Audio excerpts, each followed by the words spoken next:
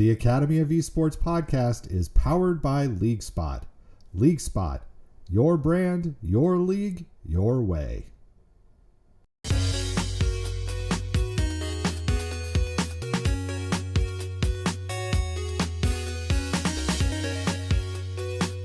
Welcome to the Academy of Esports podcast. I'm your host, James O'Hagan, and this week I am with the co-founder and co-chairman of DeepWell, Ryan Douglas. Ryan, thank you for being a guest on the Academy of Esports podcast today. James, it is great to be here. Thank you for having me. Now, Ryan, I'm going to give you a couple of questions here to kind of get us started. And I want to preface that these are kind of getting to know you questions, but we're going to transition a little bit into the work you're doing with DeepWell. So you are about to enter an elevator, and the elevator opens up, and for whatever reason, there's a fog machine behind you as you enter this elevator. What song would you wish is playing in the elevator when you enter, walking onto that with me? Stairway to Heaven. I mean, it's ironic. All right, so a Zeppelin fan? I am definitely a Zeppelin fan, but I mass genres, right? Like I really like what's going on in electronica right now. Music has such a powerful medium to move people, and the folks that make it, I just love them. And so I think that I can be in anything from sort of a chill mood and to house mood and I really like watching these genres that are blending at the moment. One of my favorite bands is a band called Moon Tricks, which I'm here in Canada at the moment at our place that we use mostly in the summer. And, they're just sweeping through Canada at the moment. You've got a banjo with a DJ with, like all these amazing vocals mixed up, but it's just feel, right? It's got a lot of really deep feel that gets me sort of in a retrospective space. And I like that across the board in music. I share your passion for looking at different kinds of music. It's funny too. My daughter, who's 19, I find that I have influenced my daughter in some ways when it comes to her musical choices. We got to go see They Might Be Giants not long ago, but it was because They Might Be Giants for a lot of kids now who are in their late teens, early 20s, grew up with Mickey Mouse Clubhouse, which They Might Be Giants did the songs, and they used to put all, these fun kids songs on. And now these kids are coming back around to the catalog. But also my daughter sent me a song the other day, and it's an Irish harp song played from an album in the 1950s. And she goes, "Hey, this was sampled in a Passion Pit song." And I went, "What?" Nice. And it was, I forgot off the top of my head which Passion Pit song it was, but I played the song and I went, "Oh my gosh, there it is." I thought it was just just something that the group had done and put together as just something in the song, but they had taken this harp and this singing and sped it up and made it a higher pitch and put it into the back of the song.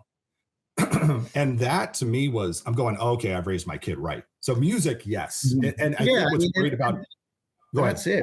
I mean, you get your old album, you get your albums, from a family member and they're this legacy sort of pass on thing. And there are things that we exchange from back and forth. I mean, right now I've been drawn deeply into the Flaming Lips and Odessa. They're folks that are working with DeepWell at the moment on some of the experiences we're building and going deep into their catalogs.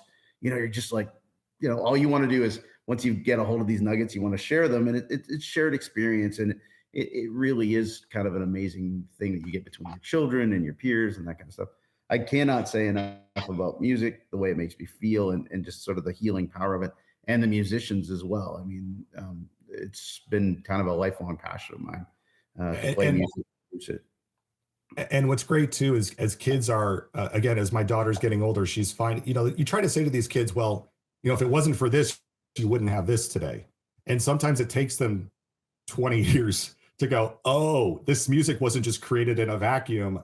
The people who are making it now were influenced by X, Y, or Z. And it's funny how they are influenced by those things. That is the legacy of media that I love, and of the artists that create it. They don't mind pointing to who it is that really influenced them and brought them along.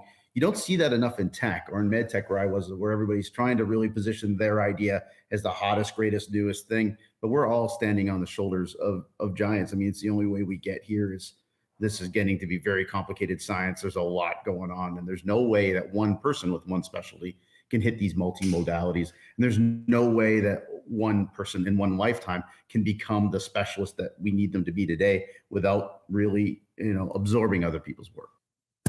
There's this elevator that you have entered, and the smoke came through, and I'm standing in there. Stairway to Heaven by Led Zeppelin is playing, and you recognize me right away as somebody who is a potentially deep-pocketed investor. Yes, this person who was an educator for many years is all of a sudden a billionaire. Give me your 30-second pitch about DeepWell, your elevator pitch that a lot of people talk about. So, DeepWell is exploring this really interesting phenomenon that we've seen in video games, which is a deep capability for video games to treat mental health.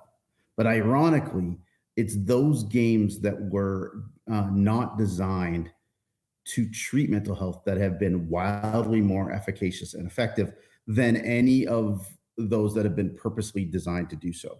And so we spend a lot of time getting right down into the power of play. And what we have built is an infrastructure. Our job is to empower these creators, these developers that make these really amazing immersive experiences, to bring them knowledge so they understand which components of the game that they're building could have high therapeutic potential, help them enhance that. Also bring them knowledge about which portions of the secondary game mechanics outside of the play, the actual game, that could cause harm, what that harm could look like, what vulnerable populations might have to deal with in those environments, and really wrap that around a publishing structure where we help games get out into the world, and we want to get them OTC, so over the counter available with FDA clearances, so people understand what they can use them for and have good guidance on them, both including the fact that they maybe were already using it and aren't feeling like time is being wasted, or that they really haven't discovered a therapeutic answer for themselves, all the way to, bringing them to a space where they can identify with the stress, anxiety, or depression, the symptoms that they're dealing with there, and where a video game can help. And we also do a lot of work to show you where you're maybe beyond a place where it's safe and smart to be using a video game, and it's time to be talking to a professional. Well, Ryan, I know that a lot of people have seen, and I have seen, in fact, you and I have had conversations in the past about the claims that some people are making about their products, especially now that, and I think it's no secret to those of us who have been in it for a while, at least for me, the power of play in general, but also the power of video games to connect intrinsically motivating ways to intrinsically motivating ways to not just children, but adults, senior citizens. I mean, heck, I've spent in the last couple of weeks about 90 hours playing Legend of Zelda. And that game has been the new one. I'm drawing a blank on it, but I spent about 90 hours playing it, intrinsically motivated, and I love the problem solving in it, and I love the things that are taking place with the dynamics of the open worldness of the game. Yep. But Ryan, you're not somebody who's just coming into this saying, oh, I'm going to start this company and we're going to make video games that are going to do X, Y, or Z. Especially when it comes to, you're talking about medical games to promote betterment, better health in real ways. That's right. Talk about a little bit about your background before, because I think your background is, when I think about, people who come in and say, hey, I've got a health product they want to sell to a bunch of people. I look at their background and, they're in their 20s and they got a degree in business, but they never actually operated in what it is that you're the medical field. So talk about it, because your history, your past, I think is just as important and interesting as the work you're doing now. Yeah, and I think I'm going to start by saying I am wildly underqualified to create therapeutic video games, and I'll tell you why. I'm a medical device designer, therapy designer. That's what I've been doing for about 20 years. Before that, it was robotics, AI, when we were still calling it machine learning. This is kind of the world that I came from, and putting teams together that could take on big problems. And you had I love how you talk about putting your team together. So please go on. I want to make sure that that's actually talked about as to how you put your team together. We can do a whole other podcast on that, but we built that team around a deep sense of collaboration, belief, belonging in a system that doesn't run on mission, vision, values, or any one particular signal from the mountain on high. This was getting a whole bunch of amazing creators together talking about their passions until we could find a common alignment and a purpose, and then, you know, taking that purpose out into the world. Interesting, we were a bunch of defense designers who had built robotics that saved lives and kept people from blowing up. And when the contract on our robots started to get a lot of traction with the military, they asked us to make it blow up. And the long and short of the story is we all shifted to making other things that help people. We were into health, wellness, and safety. That's where we thought technology could make a big difference, and we jumped in. So over 20 years, we commercialized over 20 medical devices, which is a thing. They were breakthrough therapies, all of which made it into the market, all of which had great accessibility to care. That meant that people could find them and they could afford them.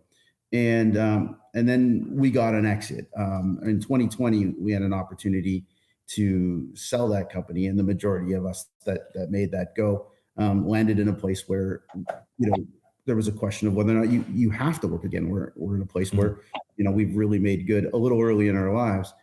And that gave me a chance to kind of sit back and reflect. While I was going through that acquisition process, it was very technical. The company was quite valuable at that point.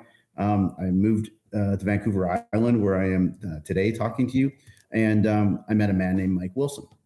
And he had founded a company and co-founded a company called Devolver Digital, which ended up being the world's largest independent game publisher. And he was in a similar place. He's on this island. We were here for many reasons, from political to just the fact that we needed to kind of get out of the way of our own organizations during this transition process. He did not, his company was going to go public. That wasn't where Mike was going. My company was, you know, evolving into, you know, a sort of a different space. And those of us that had founded it felt like it was a good transitional point for us. So Mike and I were kind of ended up thrust together by our peer network here on the island, because we mostly know younger folks. They are not independently wealthy, and we were driving people freaking crazy because we were available all the time. So they're kind of like, go hang out with Mike. Mike has time. And, you know, we spent some time together right through this really interesting introspective process of watching the thing you've created move out into the world without you. And Mike was really contemplating whether what he had done had mattered, or whether it even had been harmful. We right in this time frame, we had just seen, you know, the World Health Organization and various entities were pushing forward the idea that video games themselves were a primary cause of disease, not necessarily a symptom of something, which is still bantied around out there, but has been greatly disproven. At the same time, you know, the pandemic was starting to come on, and Mike's company, their last big release out the door while Mike was still there, was Fall Guys. And Fall Guys was just fantastic game. And it was doing this phenomenal thing, right? Where, you know, just as we're going into the pandemic and everybody's getting locked down, Mike's hearing of, and they're seeing all these things that are saying these games they're sustaining me. They're keeping me in a place where I don't think without them I could be, you know, mentally healthy. And you've heard people say that about media before. We've heard that a lot about music, sometimes about movies as well. These things that we can emotionally attach to, as well as certain games like Dungeons and Dragons that become part of, you know, the community of an individual. So Mike is seeing this, and he's, you know, he knows that I have a medical device background, and you know, he's kind of pushing me a little bit with like, hey, you know, I think there's something here. And I'm like, yeah, you know, and I'd always been a fan. I was writing code from the time I was 12. I had a stand-up video game with 3,000 different games on it. We were the house that everybody came to play games. I believe there was a lot of intrinsic value in them, but they were games, you know, and I really didn't necessarily see too far beyond that. And you know, when you're a therapy designer, everybody's got a theory and they bring them to you. And I was a little bit like, well, let's play some tennis. But then you know, the study came out early 2020, Oxford. It was a meta-analysis of gaming and its potential for well-being. And he handed me that one, and that sparked something for me. Okay. And I'll tell you what happened here. This is going back to what Next Turner really worked on. We were all about accessibility and cost. We believed if you were going to help somebody, that therapy had to be accessible. So we worked often to get the robotic solutions into the home. And the cost, we were always working on cost structures. So it was possible for people to pay for them, or if they're going through reimbursement, it's reasonable versus, you know, taking the money comes from somewhere, right? Is what I was saying. And so but there's a third component that makes any particular device, and I think any product, viable. And that is, it has to have a compelling nature to it. So when you get the Venn diagram of something that is compelling, accessible and has costs that are in alignment with what is, potential for the market, that's where you start to see real home runs. And as I was doing my introspection, I was a little worried about the part that we had played in building games, or sorry, building medical devices that had to do with being compelling. And the reason is that we had gotten these things out in the field. We'd passed a lot of clinicals, that kind of stuff, sold a lot of product. But if I'm being honest, the return rates on the products looked a little low. Like, these had mechanical moving parts, and you're thinking, if this is treating someone's cystic fibrosis, or, for a breast cancer survivor with lymphedema, for all these various things that we had looked at, pain management sort of things, we're not seeing a lot in the repair centers. And I was getting a little concerned that they were in closets. Right. And that was kind of so when I saw the compelling nature and the potential for games, and then overlapping with, a very credible study, and that very credible study, it also, it had a teaser in it that there was thousands more of these studies that had, many of which had been started to kind of prove that video games weren't good for you, had found something counter to that, and oftentimes kind of pushed away to the side because the sponsors nobody knew what to do exactly with that study. And it was deeply embedded in academia, where, you have these overlap between very prolific scientists who really love games. So was it being biased, all this kind of thing. And that started this journey of, so I said to Mike, yeah, okay. I'll look at this. I'll see and so we were coming into the summer. My boys and I were here at the lodge, and it's a little isolated. And I said to them, what do you think if we take about 200 studies, we divide them up between all of us, and we're just going to rip through these things. We're going to do our own meta. And when you say boys, you're talking about the people with which are you talking family? My kids. Yeah. I got 3 boys that are phenomenal. 2 19-year-olds who are on the spectrum, talented as all get out. A 15-year-old who's on his way to college here at the moment. They are great partners in crime, and they, love and understand media and video games. And so it was really interesting. And they got that great skeptical mind that you can. And so we divided up and we ripped through 200 of these studies, and ended up actually between the 4 of us filing a patent around a core concept that we saw, and just went, oh my God, it's here. And it started as this concept, James, of therapy delivery. This is going to be a better way to deliver therapy. It's going to add that compelling nature to it. But as we got deeper into it, we saw them as the therapeutic as well. And that's where it got really interesting, right? It was like, okay, we not only may have the very compelling nature of something that you can deliver or envelope a therapy in, but what if that play is in itself inherently therapeutic? 2.5 years later, that is exactly what we see to be true. And so that journey, that my background all the way to here has led me to a place of coming to understand. And this is why I say I'm wildly underqualified to do this. It is the play, is what we found more than anything. So DeepWell was founded to give these developers of games their just due access to all of this regulatory support, quality support, doctors, but to take a back seat to them and let them be in the control of the experience that's being developed. And I think that has been the fundamental problem with utilizing games therapeutically, is we found that you land in this place and they get so deferential. The game developers, they don't have a couple of PhDs and business people right in their face telling them, here's this construct, just gamify it. Like, okay, I'll do my best, which is nowhere near the natural process of developing a game, finding fun, getting that kernel of play involved, and then expanding it through, a world. They have a process for this, like a shortcut. But even when they were left to their own devices, they didn't see themselves as what I really see the game developers as, which is behavioral scientists. They have spent 40, 50 years figuring out how to compel the heck out of us. While doing it, they figured out how to get us really dopaminergic. And what we're just seeing now is when you're really dopaminergic, you can learn at accelerated rates. You can adopt new function, both cognitively, but also autonomically, right? So, and that comes through, getting someone in a space of play, what we call dopamine with a serotonin chaser, something that is amazingly engaging in the moment, and that you feel good about how you landed at it in the end. And that during those processes, you're not susceptible to things as a vulnerable population that may not be great for you. And that's where that, it kind of comes in. The gamification world, everybody's like, here, game designer, this is the thing. Here's the therapy. Mm-hmm. Now gamify it. You didn't allow them to run their process. You didn't allow them to interject their knowledge. And all you really gave them was secondary game mechanics when it was done, the scoring, the badging, the social, but they hadn't been able to create that great element of fun through a game, the play, put that into a gaming environment, do a really important process they call finding fun, which is often when you translate the really fun thing into the virtual environment, it starts as not very fun, and they got to tease it back out to get the fun that was there before. And then they adorn it with the secondary game mechanics that are really designed to reinforce the play and the game and the action.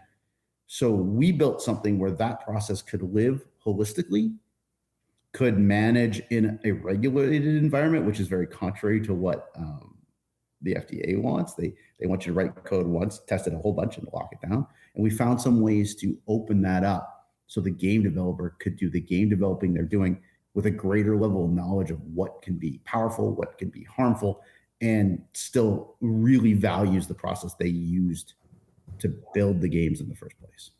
Well, okay. First off, there is a lot here to unpack, and I hate using that word sometimes. I'm sorry, I couldn't think of a better word for it. Yeah, I was on like minute 3 or 4 of the monologue going, okay.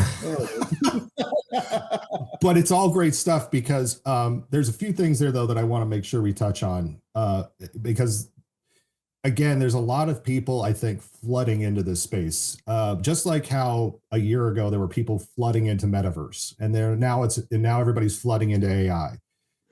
Flooding into mental health has been kind of a steady drip, I think, but is progressing more and more, especially as the need is through the roof. And unfortunately, when you get that signal in the marketplace, it drives response, but maybe not always from the right people for the right reasons. Precisely. And what I see right now, you brought up, and I think it's very important to talk about this because most people don't think about game design as a therapy, as a therapeutic. Not, as you said, you can not just deliver the therapy, but you could also deliver the therapeutic. And when you start using terms like that, and again, we have people who make claims that, use our app and it's going to help you, develop better memory, or use our app and we're going to help you lose weight or whatever. When you start talking about health related things, especially mental health and physical health, you're getting into potentially territory that I think some people don't understand exactly what they're getting into. Because when you start talking about medical claims, now you're getting on the FDA's radar. And I think, I talk about, for years, I've talked about the snake oil salesman. And for those of you who don't know what a snake oil salesman is, basically it was somebody in the late 1800s, a doctor, before regulation and everything else, a doctor would be going around country selling what basically was a tonic of some kind that could cure all ailments. My favorite one was those tonics that could cure your alcoholism and were like 50% alcohol. So, it is, I think, important that we talk about how your process about developing games with the idea that FDA regulation is going to be something that you are going to want to make sure that you are attentive to, because there are a lot of snake oil salesmen who are right now out there selling mental health products that may be only exacerbating the issues. And I don't think so. Oftentimes when people get frustrated with the regulation that is in my industry, we had a saying, which is what came first, the snake oil salesman or the regulation? And the truth is to say snake oil salesman by a lot. There's a reason these agencies exist. Yes, they can be difficult to deal with. Sometimes they can be unreasonable. But for the most part, they really do keep people in a place of safety. And what they do is provide a ton of guidance. If you want to read and listen and understand, there is actually a lot of guidance out there on how to make a thing that is safe and effective for somebody and prove that you've done it right. And I think that's where those agencies get frustrated with folks, because they have spent, some people have spent lifetimes publishing and making it really clear what safe and effective means and what it means to make a claim and what you need to do to substantiate that claim. The other thing that's really important to understand, there's a few things to unpack here, James, just like you're saying back at you. The regulatory environment is not static. People think it's static, and you see this all the time, whether we're talking about, self-driving cars or how Uber, or some consumer electronic company that's going to disrupt the health industry. It's like, look what we've done. You're like, yeah, that's great. And look, I mean, we found our ways around instead of through the regulation. No, you didn't. What you did is you bought yourself a little bit of time. Government moves slower. They observe. If you're on the fringe or on the line of whether or not they think they have authority, they tend to watch, but then they act. And that's why us talking right now, I think, is really important. There's been a series of things that have happened in response to all of what you're saying. The market kind of moving in a certain way at the moment. Digital therapeutics getting a lot of traction. That traction being accelerated by the emergency order in COVID. And as a result of that, we saw a couple of things happen that are sort of monumental here in the last 6 months. Back in December, the FTC expanded its mandate beyond. So it had already in the 80s taken on the nutraceutical group. So the nutraceutical group had found a way to get around the FDA by making wellness. What is nutraceutical? Sorry. Something you take a thing, it's vitamins, it's minerals, it's butter and coffee, it's all these kind of things that are that make a wellness claim. They're going to get you better, but they're not really a drug. They're not regulated and often weren't tested. There was Herbalife, there was Amway got involved with various parts of it. Gotcha. So in the 80s, and they were getting around the FDA because they were not. FDA regulates what you say about a device and what you use it for. And so if you have a device and it's really for mental health, but you start saying, oh, this is going to help you with your low mood and lack of energy, you kind of walk out of their space. But the FTC, the Federal Trade Commission, everything you advertise is their space. So in the 80s, they went, okay, look, enough is enough with this stuff. We've been seeing millions and millions to billions of dollars going to people. They're diverting their attention, time, and dollars to therapies that are, to therapies or therapeutics that are not therapeutics and are not working. They're being taken advantage of. We're coming in to do something about that. So in the 80s, they came up with this set of guidances and rules, and they started regulating, and they regulated hard. The FTC is one of the most powerful agencies in the world. It's the FDA. Everybody's like, oh, they're going to be hard to deal with. The FTC has insane amounts of power. Most people just settle as soon as they are approached by them. And just for the audience, Ryan, I'm sorry, just for the audience, because we do have international people in the United States. We have the FDA, which is the federal, it's the Federal Drug Administration, yep. And FTC, which is Federal Trade Commission. That's right. Okay. FDA is all about things that you ingest in your body, health, wellness, kind of stuff, from food all the way to drugs. FTC is anything you advertise. It's truth in advertising. Okay.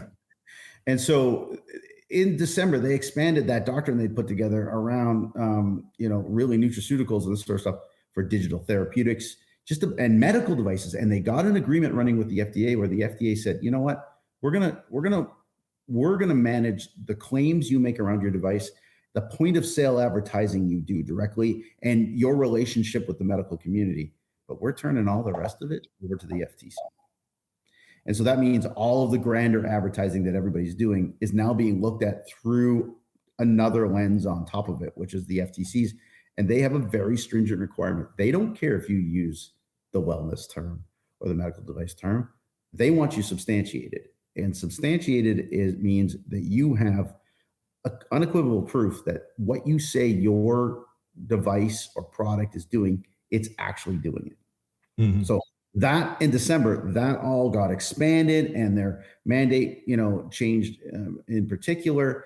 And then we saw in April kind of some further expansion of those rules and guidances as far as what digital therapeutics could do, what it meant to make a claim, even outside of a medical device claim. And now the Surgeon General last week shows up, starts talking a lot about social media and how he believes there should be warning labels on it. This is, here comes the regulation, coming in behind it. And so a lot of folks that have built a lot of things that may or may not have known they were doing it right or wrong. I'm not pointing fingers. I'm simply saying the landscape is changing, James, right now. And there's going to be a lot more accountability.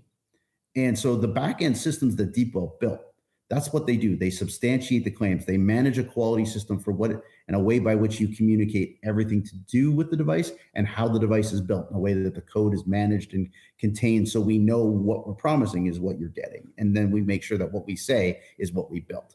And we've built a very lean version of that we can use across media platforms because media is very powerful and we want to deliver it as medicine, but we have to kind of the rules. What this means now, to add kind of the last point back to this, is those folks that have been making unsubstantiated claims, and those are broad claims, everything from shooting in games causes gun violence all the way to, loot boxes aren't harmful, or that I can get your memory to be three times as good if you do this thing.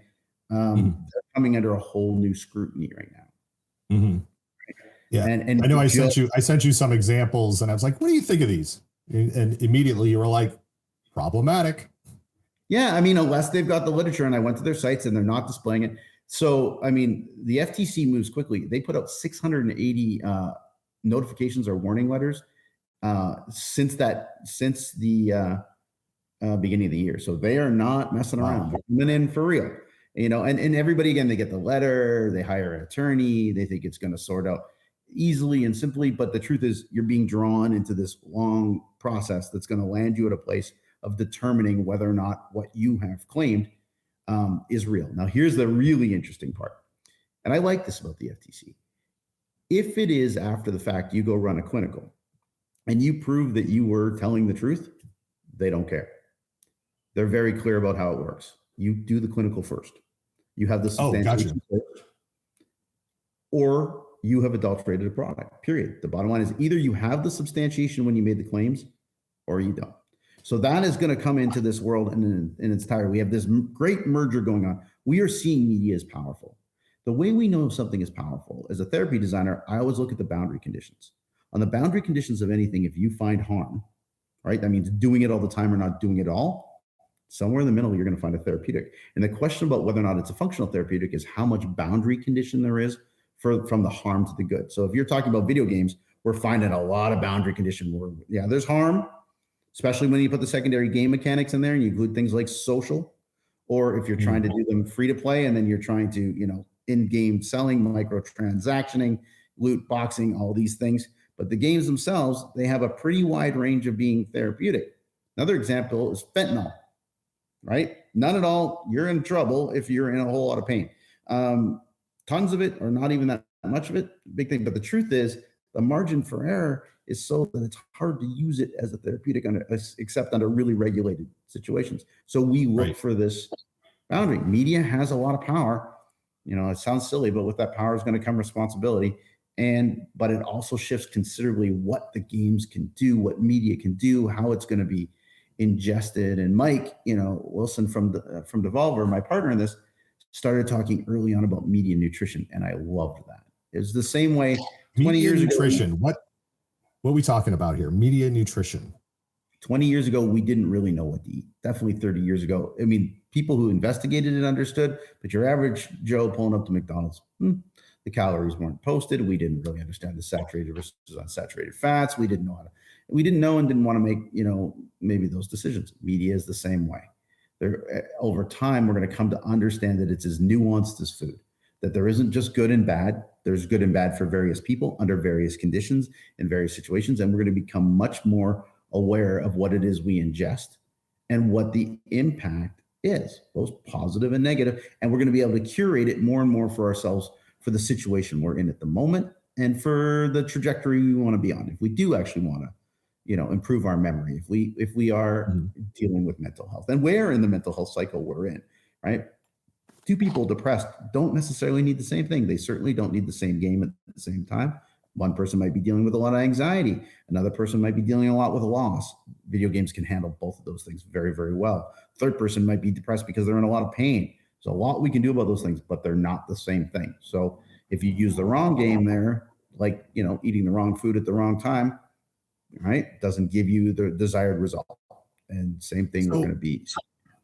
So with DeepWell, in this, as you're doing things, I'll just say they're above board. Okay, you're taking the approach of, because you've navigated not just the FDA, but you've navigated patent offices, you've navigated making appropriate claims, again, talking about the products that you've put out in the past, making sure that, because I want to go back really quickly, because you talked about the part about the device devices being in the closet. Like, people buy them.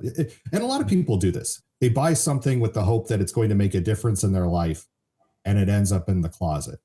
How is DeepWell looking to, again, do everything above board, make sure that these are not in the closet? And what is your vision for how a video game, let's just say from DeepWell, would be prescribed? Because again, it's not just the, and I know it's probably a very, very big question, but it's not just the doctor who now we have to have the conversation with, because doctors will prescribe things all the time. And then you get a call from your insurance company and says, well, we don't cover this much, and we don't cover this, and we don't cover that, but we're going to cover this and this. And it feels like a very impersonal conversation where a doctor who believes and knows you and seen you versus somebody who's calling you from a call center somewhere in the world is telling you, sorry, we're not going to give you this. It is a very screwy feeling. So how do we convince even insurance companies now that this is appropriate? We don't right away. And that is one of the fundamental mistakes I've seen. And one of my frustrations with media's use in digital therapeutics at the moment, the build it and will come model. And this is the people that are Johnny come lately into my industry. And I get very frustrated here. When I talk about accessibility, that accessibility window, what you need to do is look at the market as it is today, think about its evolution over time, and build a product roadmap, not a one and done thing for $1 billion moonshot, but the thing that works now in the present market that moves and elevates the conversation and understanding over time.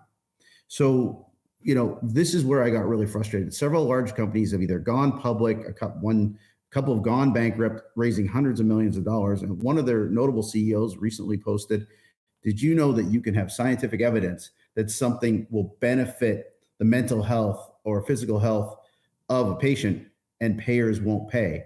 And my answer was, yeah, I do know. And so should have you before you took $140 million. This is the point that what we're doing at DeepWell is we're being realistic about where we are right now. There's a mental health emergency. There's not enough doctors to go around. The video games can work on symptoms of mild to moderate. We can take the load down by going over the counter and reaching people where they are around the world. And where 3 billion of them is on gaming platforms, which means they're not ready to be deeply sophisticated medical devices. They're ready to do the work for the mild to moderate portion of the population and try to hold back the tide of more people that are coming down the path. If you want, and that's what DeepWell is really looking to do, you can build one that is for severe, autism, severe mental health, but it needs a doctor, it needs to be prescribed, and it's going to cost a lot of dollars, and it's probably going to need to be reimbursed unless you build it so it can be low cost, right? And that's the point. This is not about the first one of us to make $1 billion market cap. This is about looking at it and saying, we figured out by having the right regulatory systems in place and empowering the game developer that we could build games that we could sell for 20 or 30 or maximum of $50 one time, and they could have effect and benefit, right? And we would do it over the counter, and we will evolve over time. And that it wasn't going to take one game. The other thing you see when these folks invest $50 million into a single game under this idea of driving it, into the public markets as quickly as possible, they need that one game to be the silver bullet. The problem with that is that, like any piece of media, there is no silver bullet. I don't care. Pick your favorite game. You're not going to play it forever and always. To get you into that dopaminergic state, and this goes all the way back to your bigger question, how do we get you attracted? You're attracted because you're drawn to doing something and it's not perceived as good for you. We're not really built to longitudinally take care of ourselves. If something jumps out from behind you right now, James, you know what to do, right? You're going to punch it in the nose, you're going to run away. And if you're more highly involved, you might punch it in the nose and run away. Especially at your size, I'd say 2 punches. And if we're handed something that longitudinally needs to be taken care of, like our children, we make oxytocin, our brain does certain things, we have certain neural pathways, and we start taking care of that baby. We nurture it, and move it through its cycle. But we don't really have that pathway for ourselves, and we make ourselves feel bad about it. Athletes like you are wired differently than average on the bell curve. Most of us cannot find the motivation to do the things that we need to do. Are we bad people? Are we lazy? No. You have the privilege of neurological benefit that you get a certain spark to do a certain thing that other people don't get. So what the gaming does is it brings the spark, right? And that spark if done appropriately, I mean, when Animal Crossing is making people feel better that are, anxious, they weren't out to treat anxiety. They were just out to have a good time. And it turns out they did it in the right combination of ways, probably by mistake, but they still did, that you're getting therapeutic benefit without a ton of harm, right? Mhm. And that's really what's available to us right now that we can do with the science we have, with the dollars we have. Everybody who's building a prescription game, I say go, but recognize that it's going to be years until you get reimbursement from someone who's actually gotten reimbursement before, right? I mean, it's not the first step of the product. So the first step, we get out on the market, we start impacting change, we start doing something that is collectively valuable at a price point that makes sense, that's accessible. We keep studying, we empower an ecosystem where we're making enough of these. Then we put a package around that becomes diagnostic, where we get a sense of what's a good game for James, what's a good game for Ryan. Around that time, when there's a community and a lot of folks that are managing the games appropriately, then you bundle that crap up and you get a prescription for it. And you put back-end engines on it so docs can use it. We're talking about a 10-year time horizon, probably, to make that happen, right? And if it comes from the place of not how do we moonshot this thing, but how do we solve a lot of problems for people in the present environment with the science and the regulatory and the technology we have today, the path becomes clear. And that's what accessibility is. It comes from a different intent from the beginning with the game, with the company. And DeepWell has that intent. This is not a company. You also, I'm sorry, I don't mean to cut you off, but I want to make sure. I go for a very long time. You have no choice.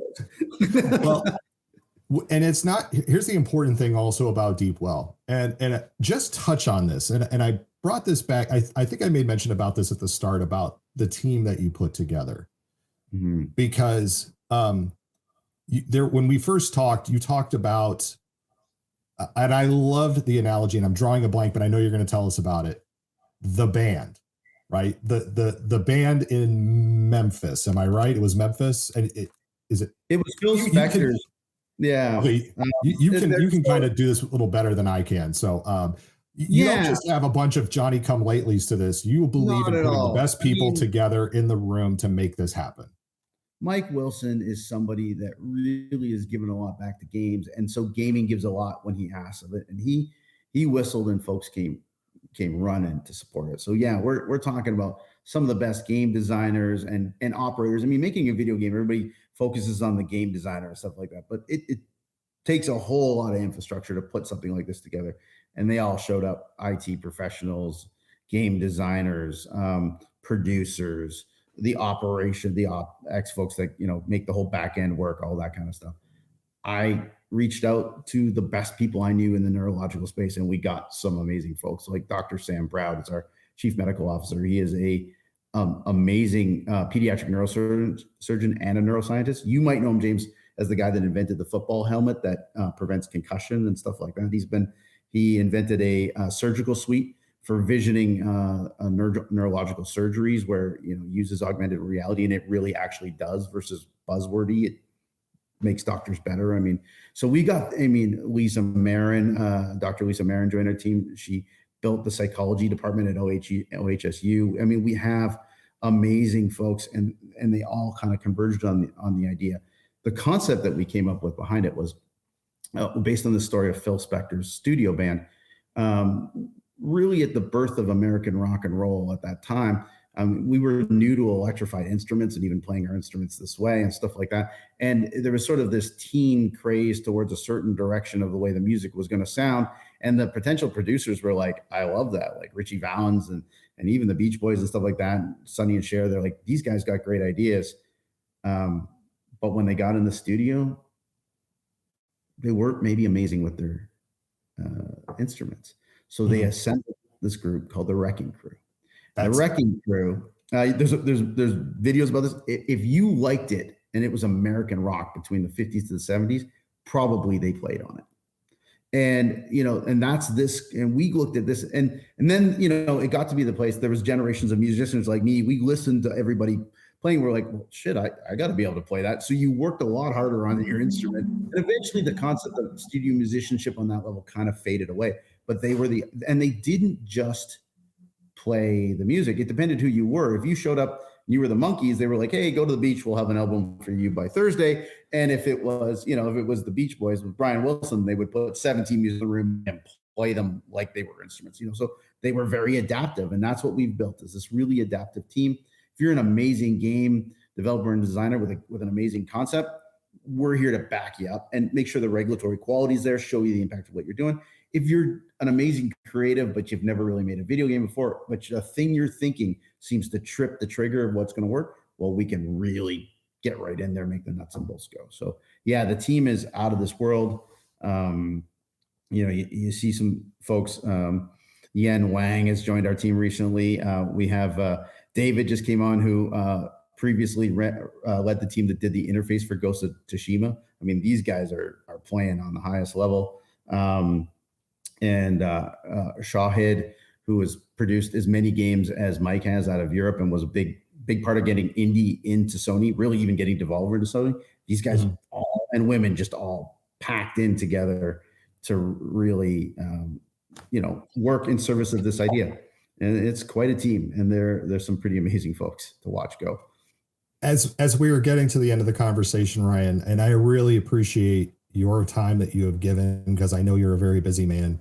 But I have one last thing to ask, and especially because of the conversation we kind of had, and a theme going through all this has been about doing it the right way, about making claims that are accurate and true.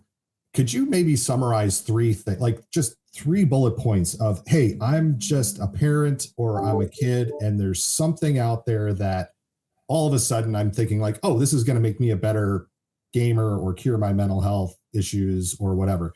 What are like 3 things that people should always look for when they go to a website? Like, again, we talked about these examples, but like 3 things that maybe, or a couple of things that people should look for whenever they go to these websites. And the claim, I mean, I feel like we shouldn't have to do this anymore, but we do.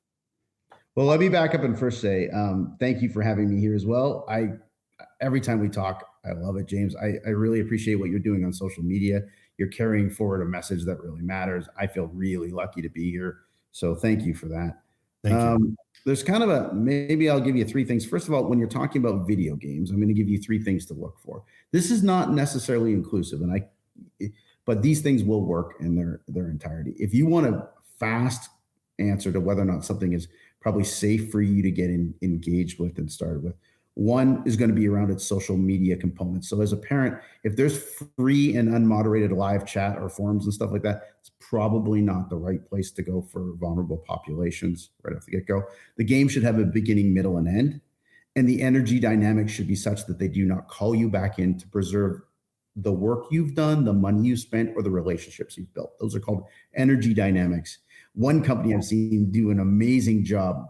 I think it's Two God Games, and they're working on Destiny's Sword. If you keep playing for too long, you get fatigued in the game like you would in real life, and you're anymore in this sort of role-playing adventure. And like, that's a positive dynamic, right? Something that says, hey, chief, come back to your village. We need you now. Flashes up in your phone in the middle of your day when you're trying to do other things. And if you don't show up, you let down your group, you lose your village, your coinage goes down. Those dynamics are going to catch you in a way that don't make sense. So that's kind of for games. Across the board for digital therapeutics, you're going to go to the website of the person that's selling this thing, and you're looking for their regulatory section. You're looking for their substantiation of claims. If they claim that they're FDA cleared, the FDA has a list of all these games. If you can't find them, it's because they're not there. If you're like, no, nobody claims that their product is FDA cleared. Oh yeah, they do. Happens all the time. Okay. I've seen doctors put products in offices based on reps who said this is cleared by the FDA, and it's not. So there's places you can go to research it. But so I'd say the 3 major things when you're talking about taking care of your actual mental health: recommendations from other people, listening to what really worked for somebody. Then you go to the website, you look for their substantiation. Do they have, and the articles that they're posted, do they overlap with the therapy that they're looking to do? You do not have to repeat someone else's study.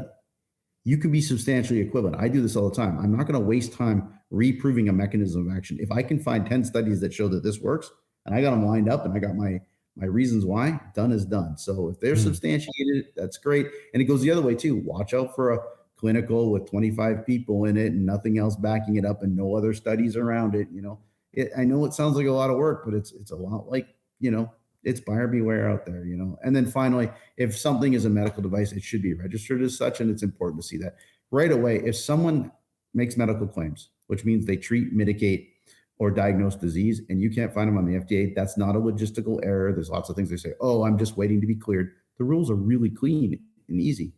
First you get cleared, then you do the advertising. If you are going in reverse, then there should be a reason posted on their website, like they're under the like DeepWell under the COVID emergency order, they're pulling authorization. That works. Or there's lots of different ways to get cleared, but you should be seeing that someone is actually cleared.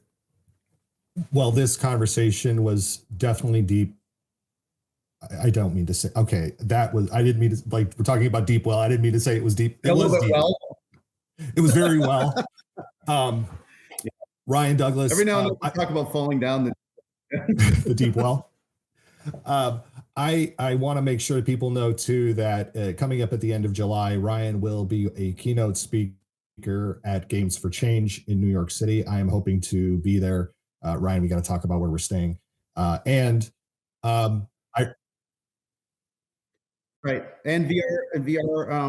VR Health in Amsterdam. I'll be talking there on the 29th, I believe, as well, opening up that one. That's an amazing conference where they're working a lot on VR is the conference, and the pain conference is running in parallel. Amazing things going on in pain with VR right now. That's not DeepWell work, but lots of people doing amazing things right now that really are for the right reasons. And those are the folks we want to shine the light on. Well, Ryan, again, thank you so much for your time, and thank you for being a guest on the Academy of Esports podcast today. That will do it for this week on the Academy of Esports. I've been your host, James O'Hagan. Esports are organized competitive video games allowing schools to redefine their athletic culture, diversify opportunities for student participation, promote good physical and mental health, increase collegiate scholarship pathways, and play games. We can never forget the importance of play. The mission of the Academy of Esports is to support these ideals. The vision of the Academy of Esports is for all students to experience the fun and joy of playing competitive video games. You may follow me on Twitter at Jim O'Hagan. That's at JIMOHAGAN, and through the Academy of Esports account at TAO Esports. It's a great way to get the latest blog posts, podcast episodes, and news coming out of esports and education. And remember, you can continue your engagement by going to www.taoesports.com. You can also connect through Facebook at www.facebook.com/TAOesports. Thanks again for listening, and I look forward to our time again next week.